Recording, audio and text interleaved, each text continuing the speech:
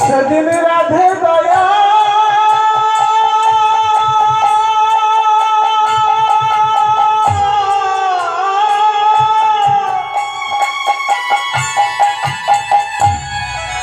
রাধে দয়া করো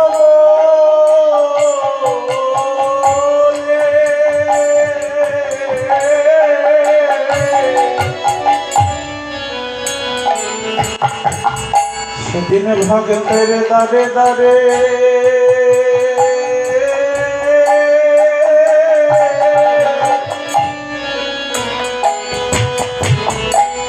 আমি কেঁদে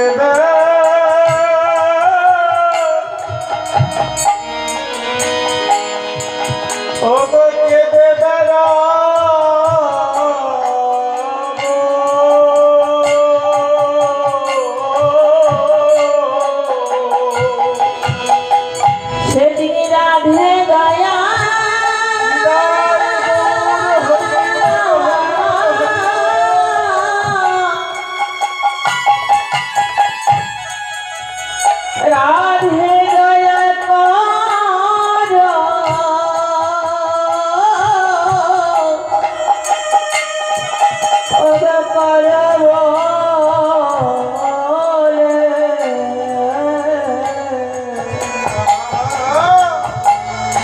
ভক্তের দারে দারে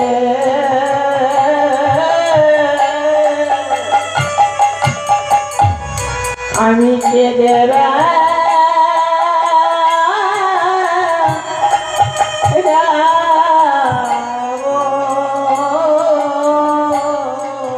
সেদিন তোমার নামে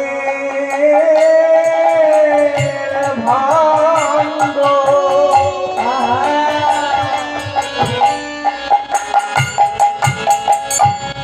নামের ভান্ড মাথায় আমার মাথায়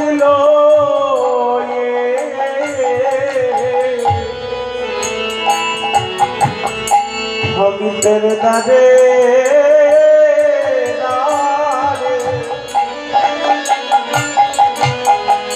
কেঁদে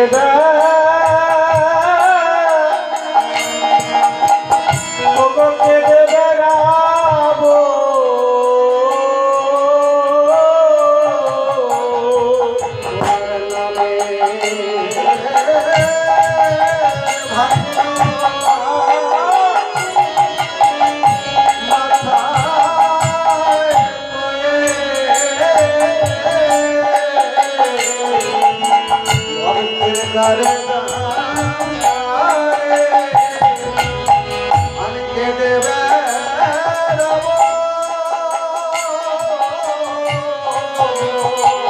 সেদিন তোমার নামে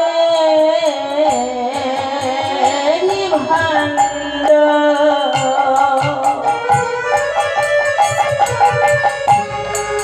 নামের ভান্ড মাথা আমি মাথায় লয়ে ওই না সিধাম নদিয়ায় বসে বসে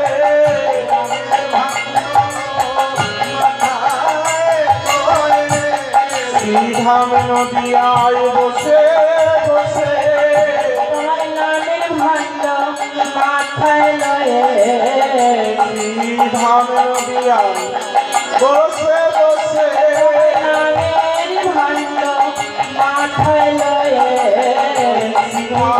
নগর দিকে বসে বসে ওই নামের ভান্ড মাথায় লয়ে বিধান নগর দিকে বসে বসে ওই নামের ভান্ড মাথায় নিয়ে বিধান নগর দিকে বসে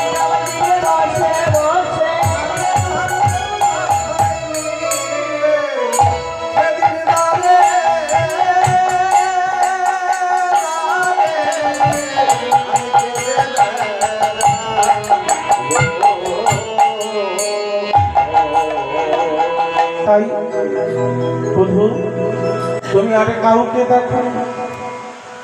আমি যেদিন নদিয়ায় যাব কাঙালে বেশ, তুমি সেই রূপে আমার দর্শন করেছ, তাই তুমি আর কেন এইদিকে বাবা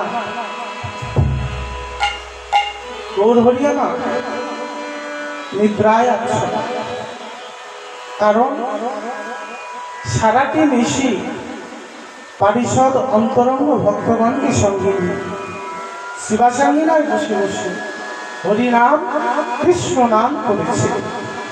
ওমা শাস্ত্রে বললেন না যে অন্তরঙ্গ ভক্ত লই হয় রসয় আস্বাদন, আর বহিরঙ্গ ভক্ত লই হয় হরিনাম সংকীর্তন।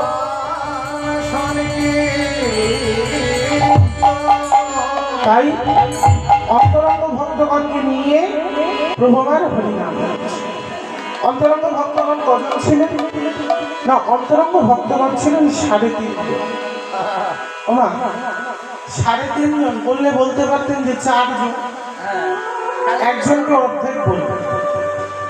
দেখেছিলেন রামানন্দ, স্বরূপ দামোদর, সিকি মাইতি, মাধবী লতা। তাই পারিষদ ভক্তগণকে নিয়ে শিবাসের অঙ্গিনায় বসে বসে। ওমা নবদ্বীপে তো কত কত অঙ্গিনা ছিল। সোনার গৌরাঙ্গ ছিল, তারপরে তোমার সমাজ বাড়ি দাদামশাইয়ের পাঠ ছিল, কতই না আঙ্গিনা ছিলেন। শিবাসের আঙ্গিনাটাই কেনই বা বেছে নিন? ওমা বলি না যে বৈষ্ণব হওয়ার মনে ছিল বড় সাধ, কিঞ্চিত অপরাধের জন্য পড়ে গেল। সেই শ্রীবাস আগত জন্মে গেছিলেন না, শ্রীবাস ছিলেন দেবশ্রী নারদ। দেবশ্রী নারদ একদিন ভগবানের কাছে গিয়ে বলছে, প্রভু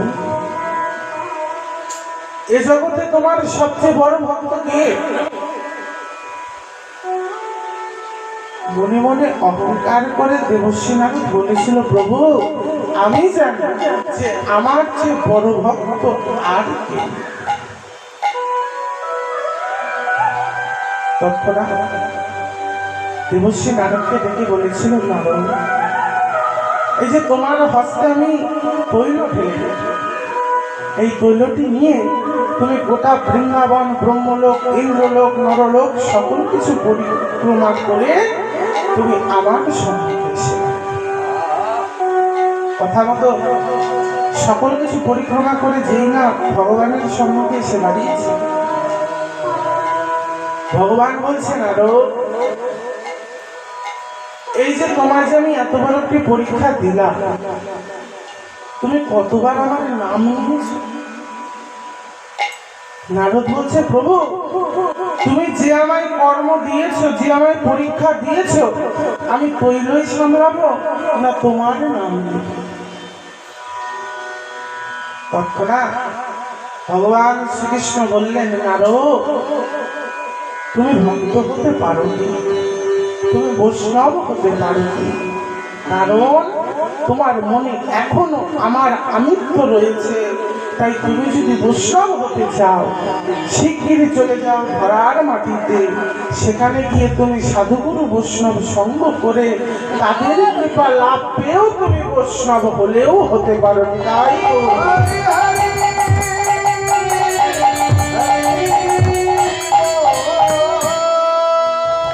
সেই প্রভুর কথা মতো দেবশ্রী নারদ ধরা এলেন শিবাস,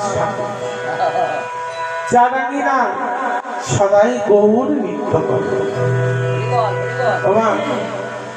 যারা কিনা সদাই গৌর নৃত্য করে, তার কি কোনোদিন আশা আকাঙ্ক্ষা বাসনা থাকে? নিতই দিনের মতো প্রাণ গৌর নদিয়ার রাজপথে প্রভাতী হরিনাম করে এসে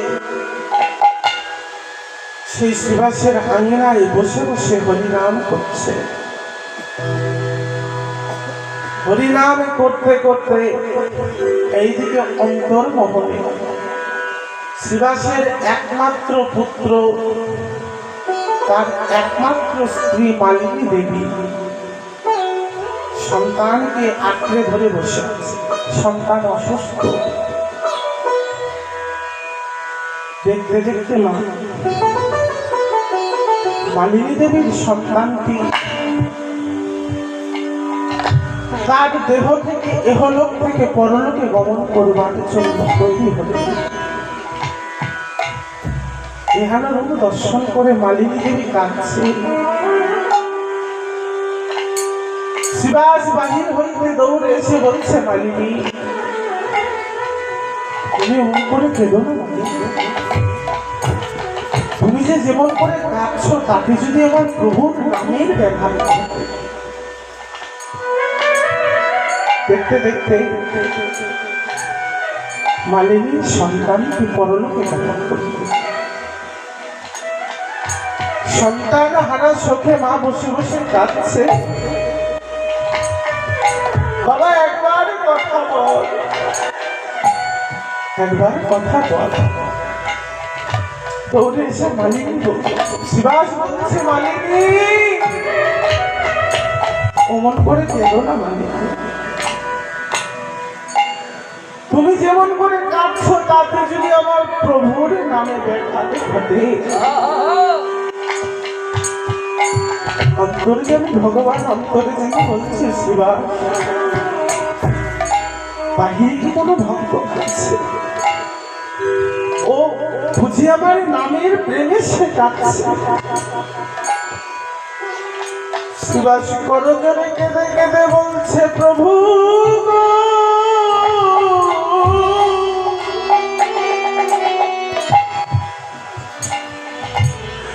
সে যে আর কেউ কাঁদে না। ঘরে বসে মালিনী সন্তান হারা সত্যি বসে বসে কাঁদে। তবে কি নাম বন্ধ করবো? না প্রভু, তুমি নাম বন্ধ করো। যদি তোমার নামের মহিমা থাকে,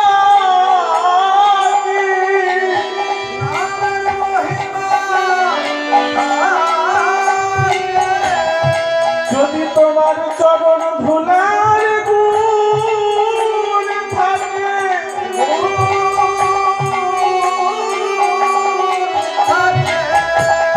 প্রভু তবে আমার মরা সন্তান সে যে হরি বলে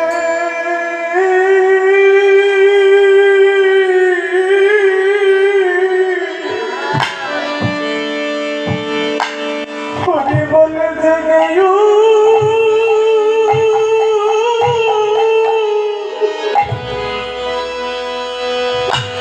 ওগো জেগে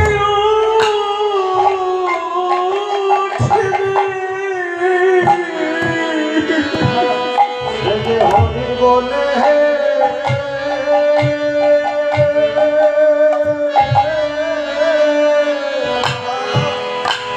হরি বলে জেগে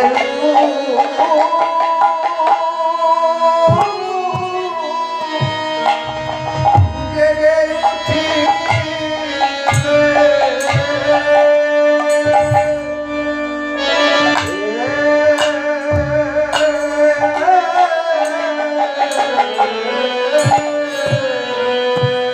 প্রভু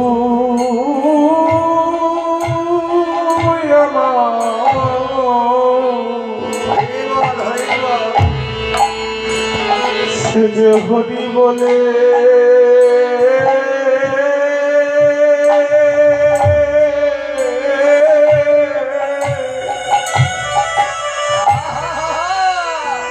হরি বলে জেগে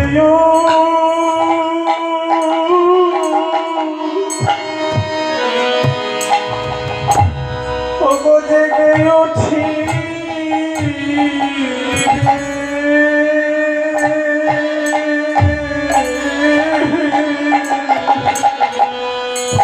ওগো প্রভু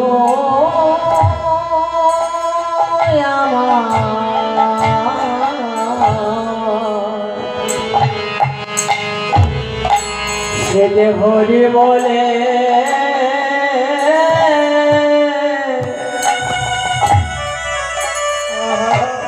হরি বলে জেগে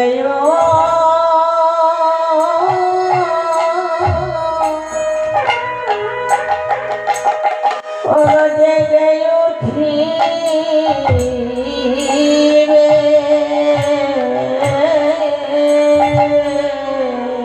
প্রভু তোমার চরণ ধুলা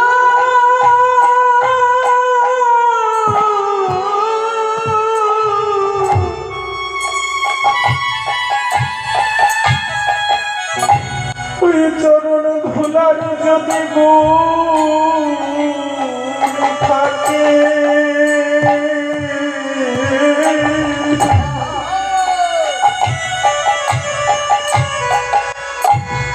আমার মনে সন্তান হরি বলে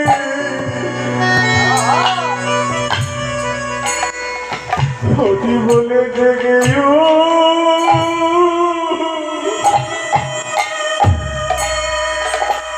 জেগে উঠি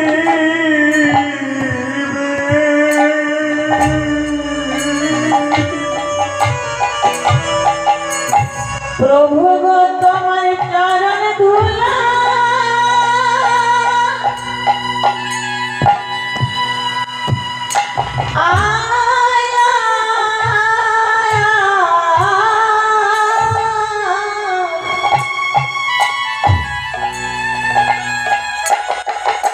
ওই চরণ ধুলার যদি গো বলে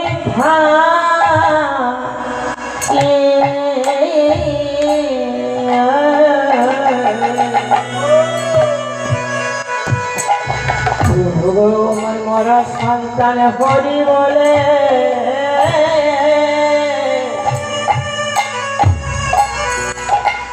প্রভু গো জেগে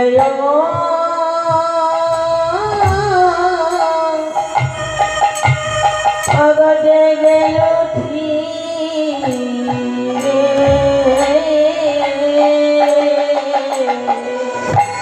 প্রভু গো আমার আর কোনো বাসনা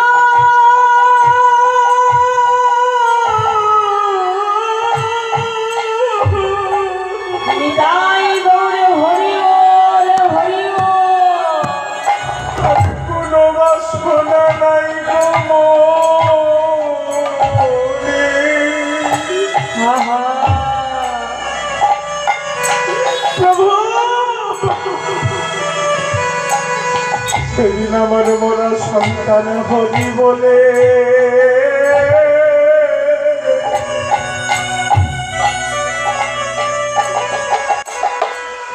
হরি বলে জেগে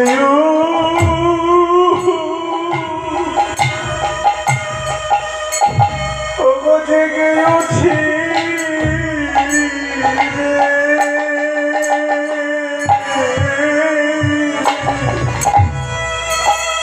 আমার কোনো বাসনা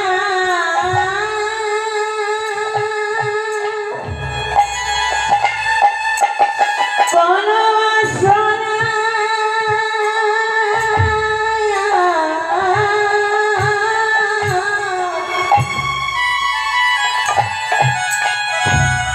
প্রভু বলাই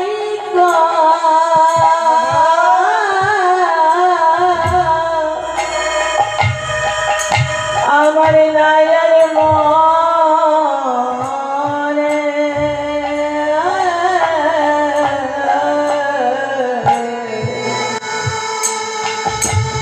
আমার ভোমরা সন্তান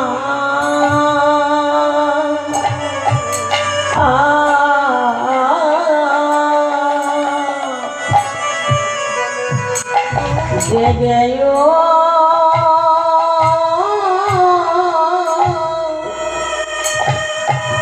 জেগে উঠি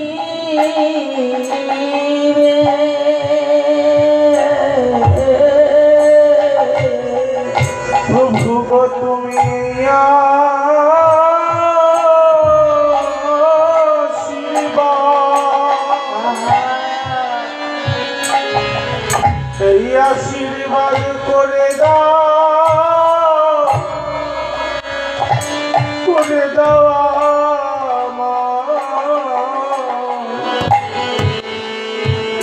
আমার মরা সন্তান যেন হরি বলে ওগো জেগে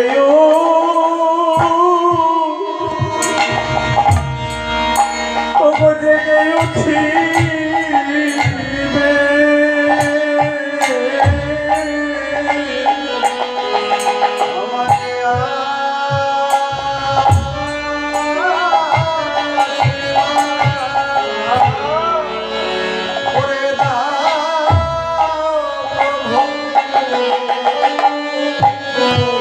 আমার আর কোনো বাসনা নাই গো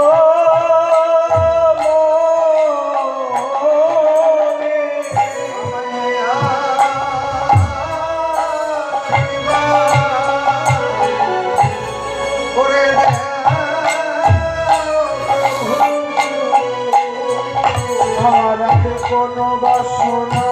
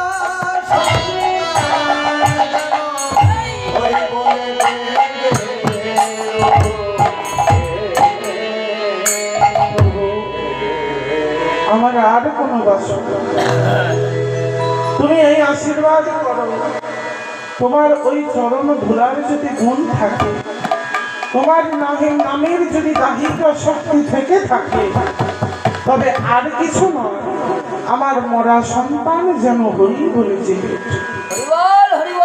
প্রভুর কৃপা বলে শিবাসের মরা সন্তান হরি বল বলে জেগে এইদিকে ঋষির অবসান দেখে প্রায় ঋষি শেষ এখনই ভোর হয়ে প্রভু প্রিয় গদাধরকে বক্ষে জড়িয়ে ধরে শিবাসের আঙিনা খানিকের জন্য বিশ্রাম প্রভু কিন্তু ঘুমাই প্রভু কি করলেন খানিকের জন্য বিশ্রামে গেলেন প্রভু কখনো ঘুমায় না প্রভু যদি ঘুমিয়ে যায় তবে এই মায়াবদ্ধ জড়জগৎ যে ঘুমিয়ে তাই প্রিয় গদাধরকে বক্ষে নিয়ে খানিকের জন্য প্রভু বিশ্রামে গেলে এইদিকে ঋষির অবসান দেখে অন্তরঙ্গ ভক্তগণে ডেকে ডেকে বলছে প্রভু একবারে চেয়ে দেখো আর তো বেলা নাই প্রভু ঋষি যে প্রায় অবসান হয়ে যায় তুমি আর ঘুমায় থেকো না তোরা করে একেবারে জেগে ওঠো তাই সকল ভক্তগণ বলছে ওগো প্রভু ওগো উঠো উঠো গোরা চাঁদ নিশিত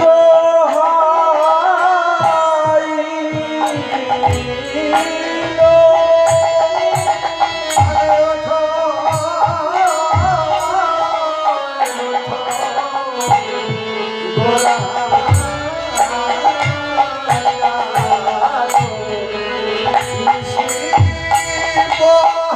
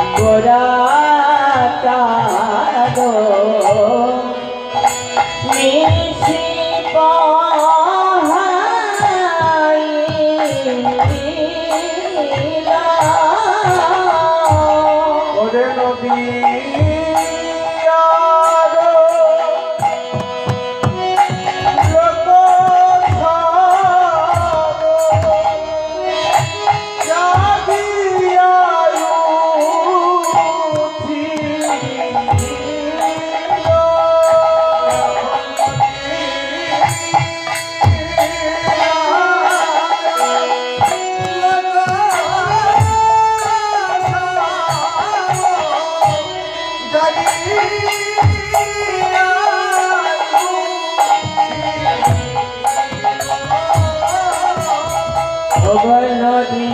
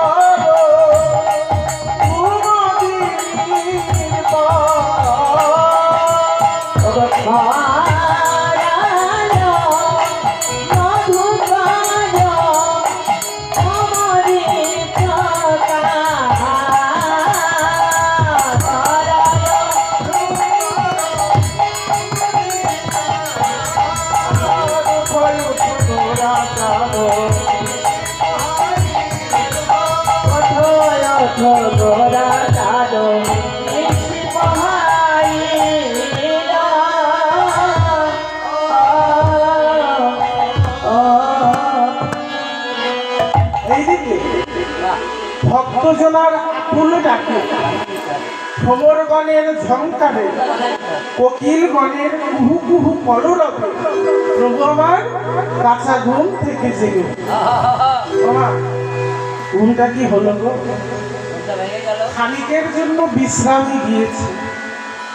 যদি ঘুম ঠিক মতো না হয়, তোমার আর কি কিছু ভালো লাগে গো? ঢুলু ঢুলু নয়নে প্রভু আমার জেগে উঠল। জেগে ওঠে প্রভু কি করলেন?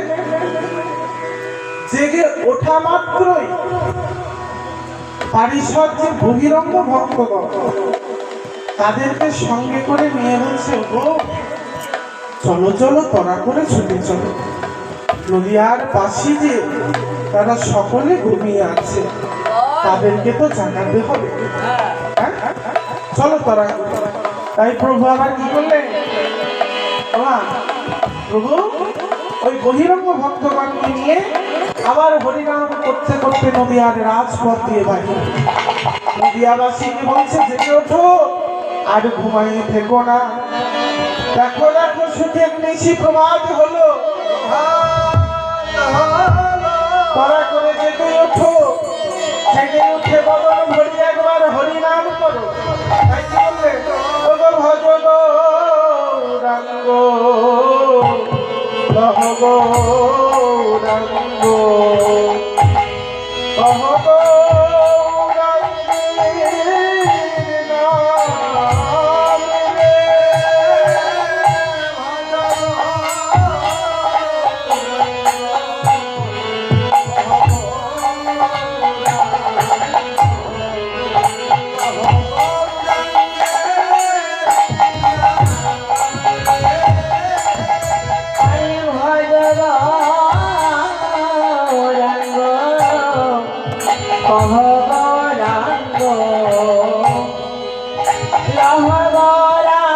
গৌরাঙ্গের নাম রে। ওরে যে জনাব রঙ্গ ভজে, সে হয় আমার প্রাণ রে।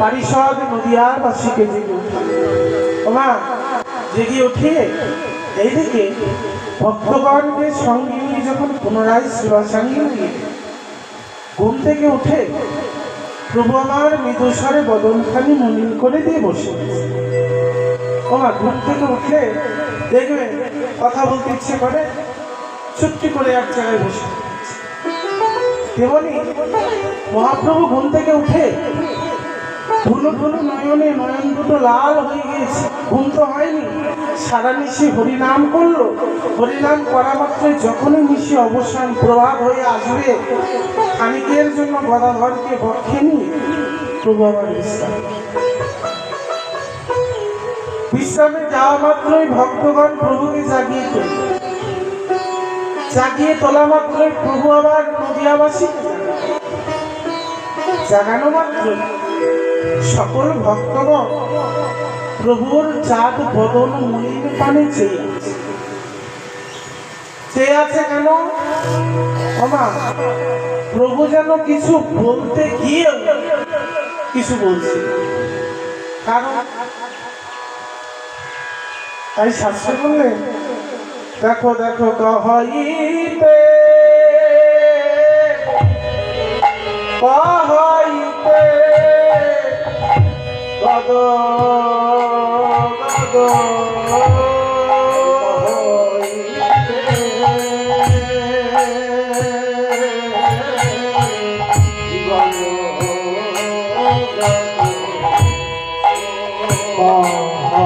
না পারে গো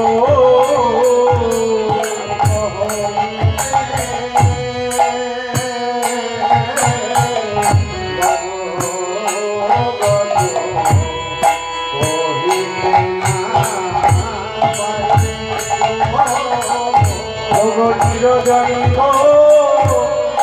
বসিয়া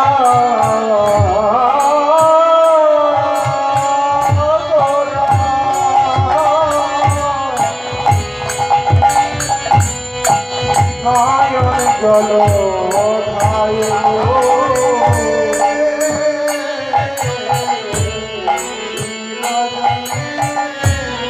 বসে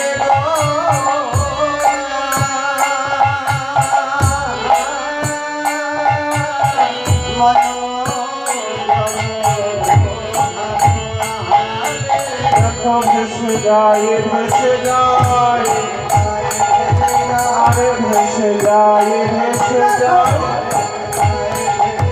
ওই নয়ন জলে গোড়া গাই ভেসে যায় ভেসে যায় গোড়া রায় ভেসে যায় ভেসে যায় ওই নয়ন জলে গোড়া গাই ভেসে যায় ভেসে যায়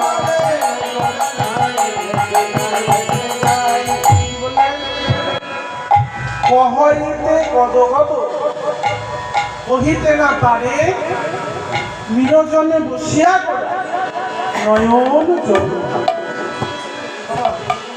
এই যে গত রজনীতে শ্রীমতী রাধারানীকে বক্ষে জড়িয়ে ধরে এই গদাধরকে বক্ষে নিয়ে কতই যে আদর করেছে কত যে চুম্বন দিয়েছে সেই কথাটি আমার বহিরঙ্গ ভক্তগণের কাছে বলা যায় এটি হচ্ছে নিগুড় তত্ত্ব নিগুড় রসের কথা তোমার শাস্ত্র মনে জানতে পারে যে আরো তো ভক্ত ছিল, গদাধর কেন কেন শাস্ত্রে কি বললেন যে গদাই রাধা, রাধাই গদা, গদাই রাধা, রাধাই গদা, রাধা রানীর ভাব স্বরূপ রাধাই গদা, গদাই রাধা, গদাই রাধা, রাধাই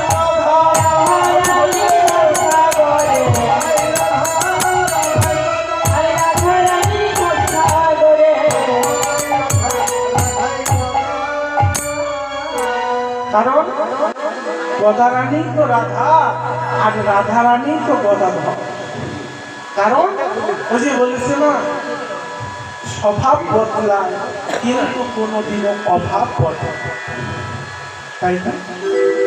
সে তো ব্রজ হতে নদিয়ায় এসেছে ভাব কান্তি আস্বাদন করতে, না তাদের তো ভিতরের স্বভাবটা তো ভালো। সেই গদাধরকে রাধারানী মনে করে বক্ষমাঝে জড়িয়ে ধরে কতই আদর করেছে, কতই না চুম্বন দিয়েছে, কতই সুধা লেগে আছে। তাই ভক্তগণ বলছে যে দেখো প্রভু আমার কি জানে বলতে গিয়েও বলতে চাইছে।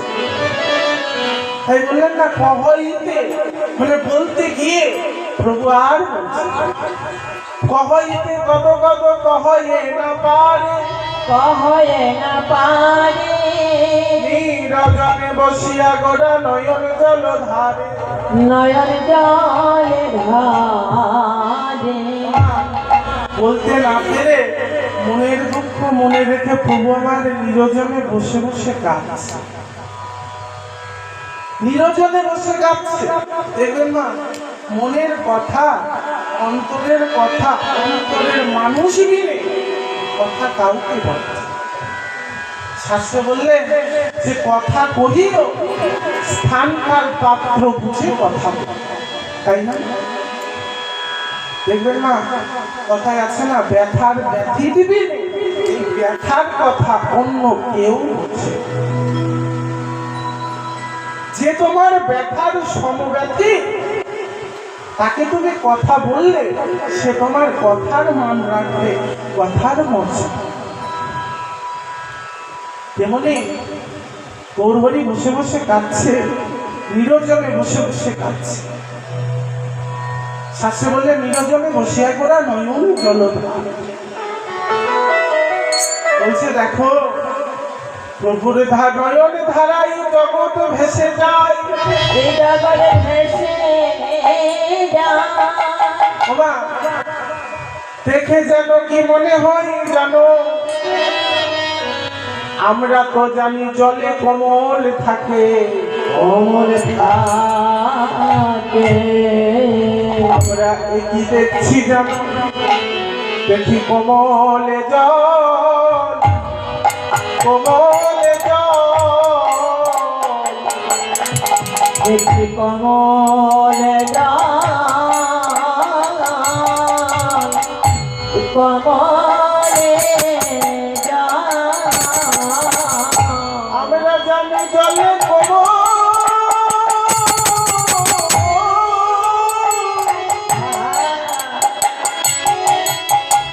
ওই জলে কোমল ভাসে,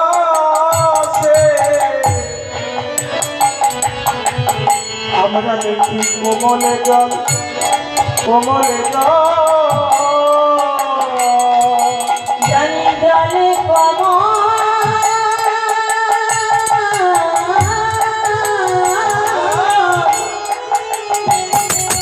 জলে কমল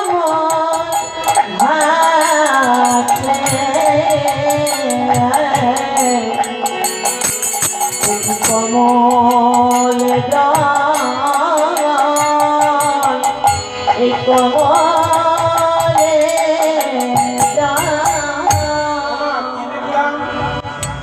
আমরা তো জানি জলের মধ্যে কোমল ফুল ফোটে না, জলের মধ্যে পদ্ম ফুল ফোটে।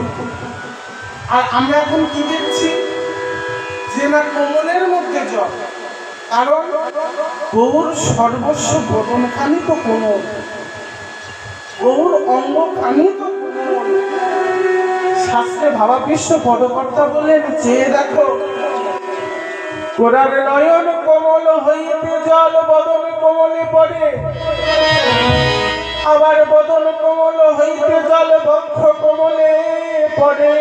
বক্ষ কমলে পড়ে, আবার বক্ষ কোমল হইতে নাভি কোমলে পড়ে। নাভি কমলে পড়ে, নাভি কোমল হইতে আবার উরু কোমলে পড়ে, আবার উরু কোমল হইতে জল চরণ কোমলে পড়ে। চরণ কমলে পড়ে। প্রভু আজ নিজ নয়নে ধারায় নিজ চরণ ধুয়াই দিল। ভুয়ায়ে দিল। প্রভুর এত দুঃখ কিসের গো? সে তো ব্রজধামী রাজার ঘরে ছিল। তা দেখো।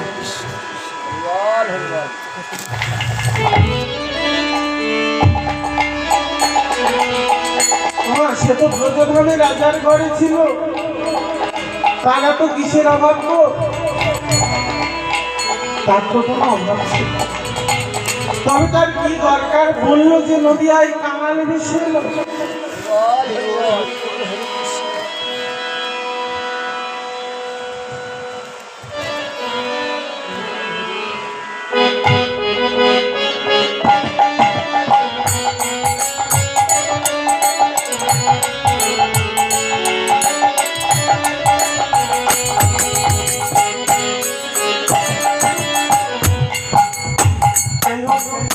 কি বললেন? সে তো নদিয়ায় রাজার বেশে ছিল ব্রজধামে, এই নদিয়ায় কামাল বেশে এলো, কারণটা কি? তোমার তার যে কোনো রাজ ঐশ্বর্যের অভাব ছিল? তা তো ছিল না। সে কি বললেন? যে না পাপাচ্ছন্ন মায়াবদ্ধ কলিহত জিততে এই নামের প্রেমের ভাণ্ড দিয়ে এই নদিয়া থেকে, এই মায়াজাল থেকে তাদেরকে উদ্ধার করবার জন্য হরি বল, হরি বল, হরি বল। গৌর নদিয়ায় এসেছে।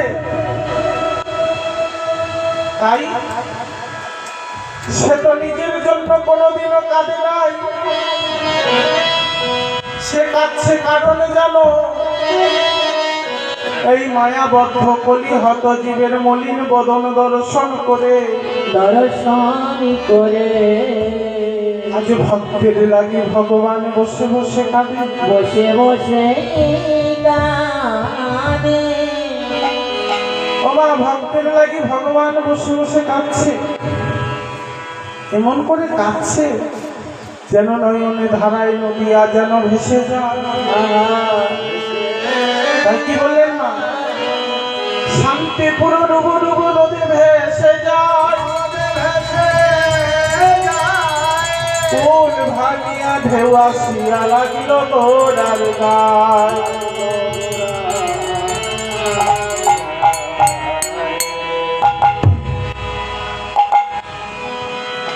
তাই শান্তিপুর ডুবু ডুবু ওই নদিয়া যে প্রেম বন্যায় ভেসে যায়। এই যে বন্যা গৌর হরি নিয়ে এলেন, কোন বন্যা? পার্থিব জগতের বন্যা। হরি নাম প্রেমের বন্যা নিয়ে এলেন নদিয়া। কারণ এই নামের প্রেমের বন্যায় মায়াবদ্ধ কলিহত জীব যেন একবার ডুবে থাকবে। দেখুন এই যে যেসব অঞ্চলে বন্যা হয় সেসব অঞ্চলে আগে হতে একটি মাচা তৈরি করা থাকে না? যখনই বন্যা আসবে মাচায় উঠে বসবে। তৎস্বরূপ প্রভুর প্রেম বন্যা আসার আগে আমরা কি করি গো মা? ওই অহংকার রূপে মাচায় উঠে বসি, যাতে প্রভুর ওই প্রেম বন্যা যেন আমায় স্পর্শ করতে না পারে। ওই অহংকারের মাচায় বসে থাকি, কিন্তু একবার মনে ভাবি না যে এই প্রেম বন্যায় ডুব দিয়ে যে কত শান্তি পাওয়া। তাই ভক্তগণ বলছে, প্রভু গো আমি তো জানি তুমি প্রেমের সিন্ধু, কিন্তু তোমার প্রেমের সিন্ধুই আমি চাই না প্রভু। চাই না প্রভু, তোমার ওই সিন্ধু হতে যদি এক বিন্দু পরশ পেতাম, পরশ পেতাম, তবে আমাদের কি হতো জানো প্রভু? আমাদের মানব জন ধন্য হতো। তাই হরি হরি ধন্য হতো।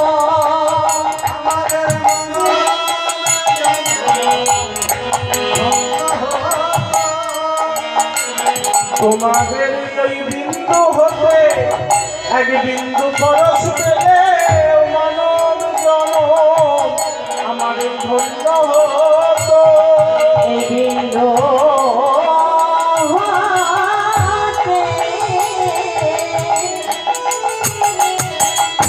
যদি পরশ পেতাম, আমাদের মানব জল ধন্য হতো। তোমাদের ওই সিন্ধু হতে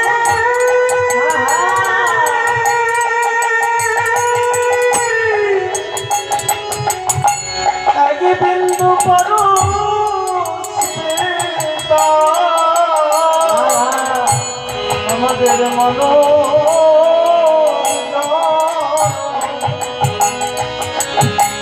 ধন্য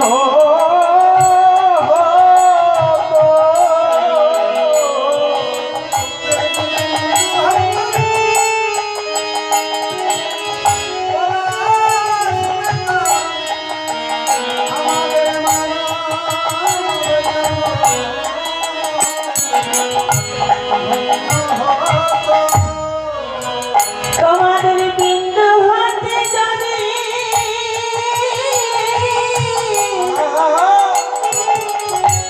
আমি পরশ পেতাম,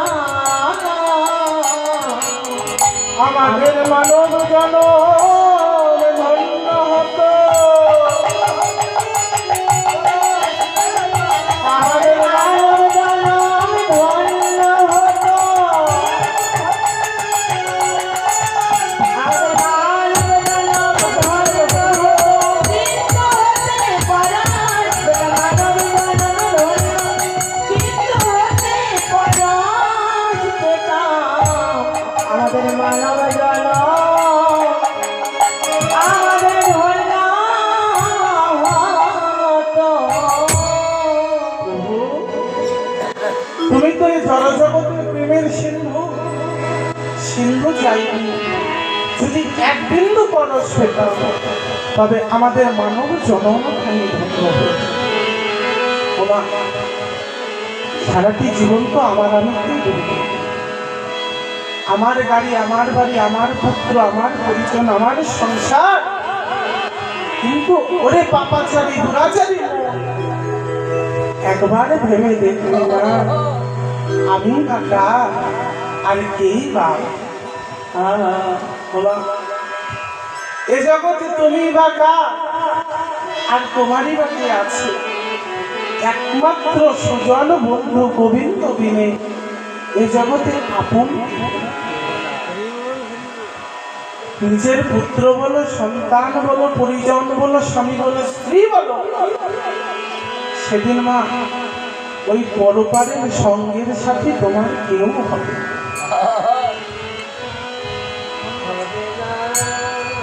সেদিন পরপারের সঙ্গের সাথে আর কেউ হবে না, কেউ হবে না। তুমি সেদিন এসেছো, একা যাবে, একা যাবে।